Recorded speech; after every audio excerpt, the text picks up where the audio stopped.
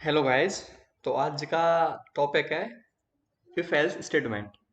If else, nested if statement, if else statement. तो ये हमारे चार होते हैं जो पाइथन में यूज होते हैं and they play a vital role in Python. तो स्टार्ट करने से पहले आपको थोड़ा सा एक कॉन्सेप्ट बताना चाहता हूँ। वो होता है डिसीजन मेकिंग स्टेटमेंट। जब हम कहीं पे भी कोई डिसीजन लेते हैं तो वहां पे ये हेल्प करता है। तो ये हमारा तीन टाइप्स का होता है, लिख देता हूँ।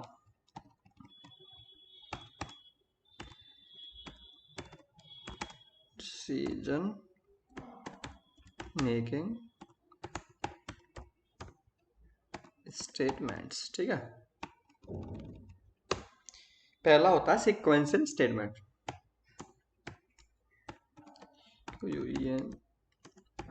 सिक्वेंशियल कंट्रोल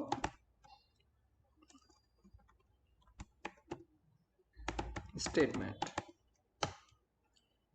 दूसरा होता है सिलेक्शन कंट्रोल स्टेटमेंट्स।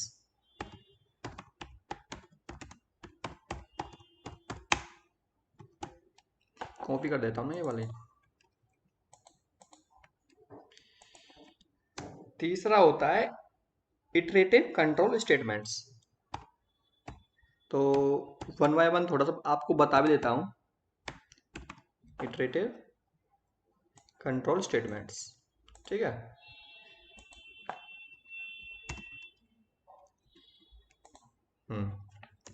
ये तीन होते हैं। तो सीक्वेंस में क्या होता है?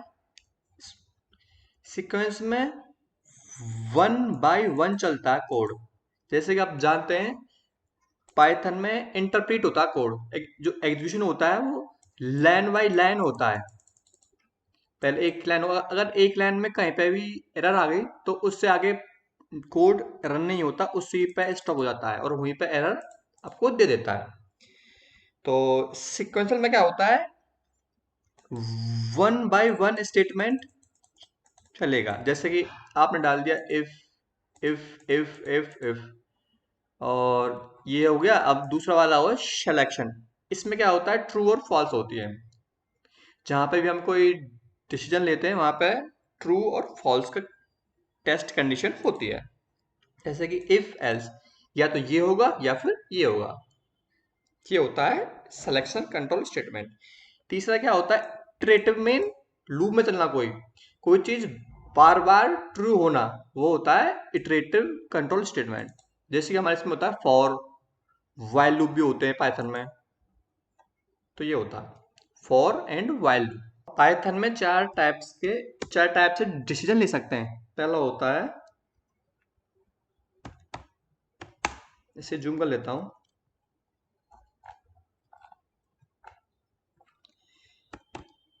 If statement. दूसरा होता है इफ एल्स स्टेटमेंट।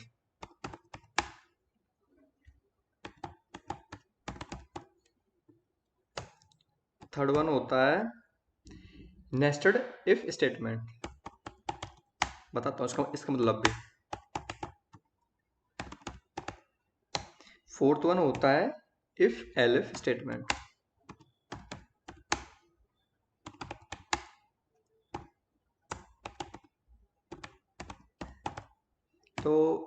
तो इससे पहले इसको मार देता हूँ कमेंट। इनका कोई अब यूज नहीं है ना। ओके, कमेंट, इसको स्पेस को हटा देता हूँ, यहाँ से कमेंट मार देता हूँ। ओके, इफ वाला पार्ट करते हैं पहले। तो जैसे कि आपने रखा x इक्वल टू 10, वैल्यू को इनिशियलाइज किया, x इक्वल टू 10 हुआ। आपने एक कंडीशन लगा दी, इफ x इक्वल टू या फिर x ग्रेटर देन 0। यदि x हमारा 0 से बड़ा है, colon x equal to x plus 1 हो जाए, प्रिंट x। देखो, आपने 10 को इनिशियलाइज किया x से। यदि x 0 से बड़ा है, यदि ये कंडीशन ट्रू होती है तो x में 1 इंक्रीमेंट हो जाए। और आप इसे ऐसे भी लिख सकते थे, इसका second method x x plus equal to 1, दोनों का मतलब सेम है, इंक्रीमेंट दोनों सेम होगा। इनका डिफरेंस क्या होता है, दोनों में एफिशिएंट कौन सा होता है, ये वाला ज्यादा एफिशिएंट होता है। इससे बताता हूं आपको, देखो 11 ये कंडीशन ट्रू हुई, एक्स में ये हुआ, ये इस एक्स ने इस एक्स वेरिएबल की कॉपी बनाई, उसमें 1 ऐड किया, हो गया 10 प्लस 1 11, वो इस एक्स को असाइन कर दिया। अब ये एक्स इस एक्स को असाइन करेगा, तब होगा 11। और यदि आप इसी को अगर ऐसे लिखते, इसमें क्या होता है, ये बहुत एफिशिएंट होता है। इसमें क्या होता है, इसमें कोई भी वैल्यू कॉपी नहीं होती, पहले सीधा जो एक्स है ये इसमें इंक्रीमेंट हो जाएगा सीधा, कुछ भी नहीं होता, पहले कॉपी बनाओ फिर असाइन करो, तब वो वैल्यू वहां असाइन होगी। सीधा जो ये एक्स है ये सीधा इसी में इंक्रीमेंट कर देता है, वो एक्स के इक्वल हो जाती है, उसमें असाइन हो जाती है। ठीक है, तो ये ज्यादा, ये वाला एफिशिएंट होता है ज्यादा, एक्स प्लस इक्वल टू 1। चलो वो हम ले सकते हैं ऐसे, देखो एक्स इक्वल टू इनपुट, इसके अंदर जो भी आप स्ट्रिंग डालेंगे वो आपको यहाँ पे शो होगी। जैसे मान लो आपने किया व्हाट इज योर एज, आपने डाल दिया प्रिंट एक्स, तो ये इनपुट क्या करता है, यूजर से इनपुट मांगता है, और जो भी आप इसे इनपुट दोगे वो एज ए स्ट्रिंग लेकर इस जो भी वेरिएबल होता है उसमें असाइन हो जाएगी। ये वाला कमेंट मार देता हूं, देखो व्हाट इज योर एज, तो मैं लिखता हूं जैसे मान लो 3, एंटर मारा 3 आ गया, देखो प्रिंट एक्स हो गया। तो गाइज अब एक छोटा सा कोड बनाते हैं, वो कोड होगा whether a man is eligible to vote और नॉट।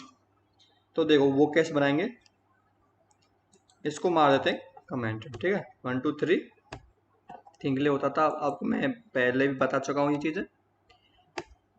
ये हो गया line commented, multi line commented. तो एज में वेरिएबल बना दिया, इनपुट जो होता है वो एक इनबिल्ट फंक्शन होता है, वो क्या करता है, यूजर से इनपुट लेता है। जैसे कि इसमें इंटर योर एज, ये किया, इफ एज ग्रेटर देन 18 से बड़ी है तो एलिजिबल होगा वो, प्रिंट स्ट्रिंग में आएगा yes you are eligible. Okay, देखो अब जो यूजर से इनपुट आएगा ना वो एज ए स्ट्रिंग आता है, वो एज ए स्ट्रिंग इस वेरिएबल में सेव हो जाएगा, स्टोर हो जाएगा। इंटर योर एज मैं डाल देता हूं 21, ये बोल रहा है स्ट्रिंग एंड इंट, बिकॉज दोनों के डेटा टाइप्स डिफरेंट हैं। जो एज है ना वो एज ए स्ट्रिंग आई, मैंने अभी आपको बताया, और ये इंट है, तो आपको ये भी स्ट्रिंग इंट में चेंज करनी पड़ेगी। तो आगे आप इंट भी लगा सकते हैं एज को इंट में चेंज करने के लिए। अब देखो कैसे ट्रू होता है, ये किया 21 डाला, हो गया यस यू आर एलिजिबल। और आप ऐसे भी कर सकते हो, इस 18 को स्ट्रिंग बना लो, ये भी स्ट्रिंग ये भी स्ट्रिंग, वो both are string. Enter age मैं डालता हूँ 34, यस यू आर एलिजिबल। तो अब करते हैं इफ एल्स स्टेटमेंट। ये होता है, इसमें आता है सिलेक्शन में, इफ ये ट्रू या फिर ये ट्रू, इफ एल्स। तो इसी से आगे कर देते हैं, else years equal to and इसको आप स्टार्टिंग में इंट में कन्वर्ट कर दीजिए, this would be better. Okay, इसको आपको स्ट्रिंग को एज ए इंटीजर पार्ट रखना होगा। ओके, तो 18 minus age rent you have to wait for another, you have to wait for another, कॉन्केटेंट कर दीजिए स्ट्रिंग, क्योंकि वो इंटीजर पार्ट है ये इसको एज ए स्ट्रिंग में चाहिए, तो ये भी स्ट्रिंग है ये भी स्ट्रिंग, दोनों ऐड तभी हो पाएंगे, कॉन्केटेंट हो पाएंगे। तो years concatenate years to cast your vote, to cast your vote। Okay, इसे कराते हैं run F5। Inter your age 34, inter, yes eligible. Inter your age 8, you have to wait for 10 years to cast your vote, space दो बीच में। Inter your age 10, you have to wait for another 8 years to cast your vote। तो ऐसे होता है if else. अगला करते हैं nested if statement. तो इसमें क्या होता है, इफ होते हैं सारे, इसकी कोई जरूरत नहीं है अभी, इसे कमेंट मार देते हैं। तो अब हम देखते हैं नेस्टेड इफ स्टेटमेंट। इसमें क्या होता है, इफ जो होता है वो इनसाइड एन अदर इफ होता है, इफ के अंदर इफ होती है, ये होते हैं नेस्टेड इफ स्टेटमेंट। तो आपको कोड करके दिखाता हूँ, देखो कोई वेरिएबल ले लो, टाइम में 60 ले लो अपन, देखो। तो अब करते हैं हम नेस्टेड इफ स्टेटमेंट। इसमें क्या होता है, इफ इज अनदर इफ, एक इफ के अंदर दूसरा इफ होता है, कंडीशन इनसाइड कंडीशन। तो देखो मैं आपको जस्ट मान लो टाइम पे इक्वल टू 60 रख दिया, अलार्म ऑफ सेट कर दिया स्टार्टिंग में, इफ टेम्परेचर ग्रेटर देन 50 ले लेते हैं फॉर इंस्टेंस 50, कंडीशन ट्रू करनी पड़ेगी।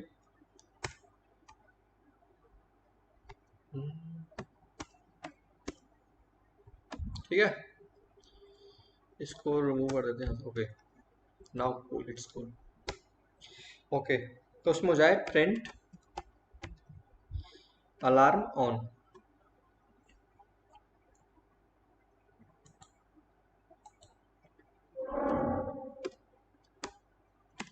अलार्म ऑन हो जाए एंड उसको सेट कर दे alarm on,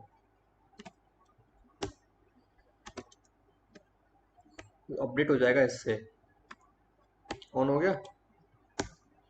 if alarm on equal to, यदि ये कंडीशन ट्रू होगी देन ये कंडीशन ट्रू होगी, देन इट विल प्रिंट। तो देखो हम यूजर से इनपुट लेते हैं इसमें भी, चलो आपको भी प्रैक्टिस हो जाएगी इस पर, आप भी मेरे साथ साथ किया करें।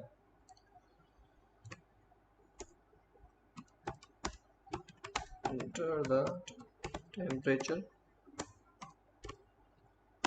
Okay okay, enter the temperature, suppose मैंने 60 पुट किया, देखो ये स्टेटमेंट ट्रू हुआ, प्रिंट ऑन हुआ, उसके बाद अलार्म ऑन से अपडेट हो गया। नाउ इसने ये चेक किया इज अलार्म ऑन, ये इससे अपडेट हो गया यहाँ पे ट्रू, ये ट्रू हुई, then this will print here. तो ये होता है नेस्टेड इफ। तो आगे देखते हैं आगे क्या है। If else if statement code ही करता हूं, उससे आपको अच्छा और क्लियर हो जाएगा। ये ये वाला डॉक्यूमेंटेशन कमेंट बोलते हैं इसे, दिस इज डॉक्यूमेंट्स कमेंट। उसमें आप कुछ भी लिख सकते हो कोड के बारे में। नम put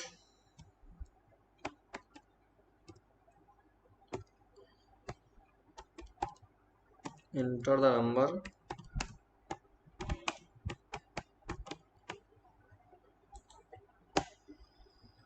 if num equal to 0 print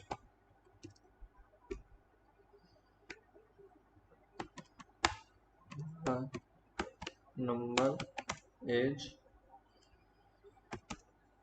0, नम हो अपडेट हो जाएगा। ओके, एल्स इफ, एलिफ होता है इसमें एक्चुअली। ये एलिफ को एल्स इफ का ही शॉर्ट फॉर्म है, एल्स इफ एलिफ होता है। Elif num equal to greater than equal to sorry greater than 0, then it will be positive.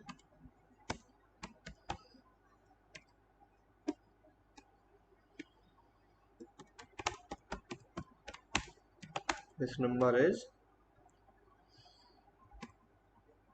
positive.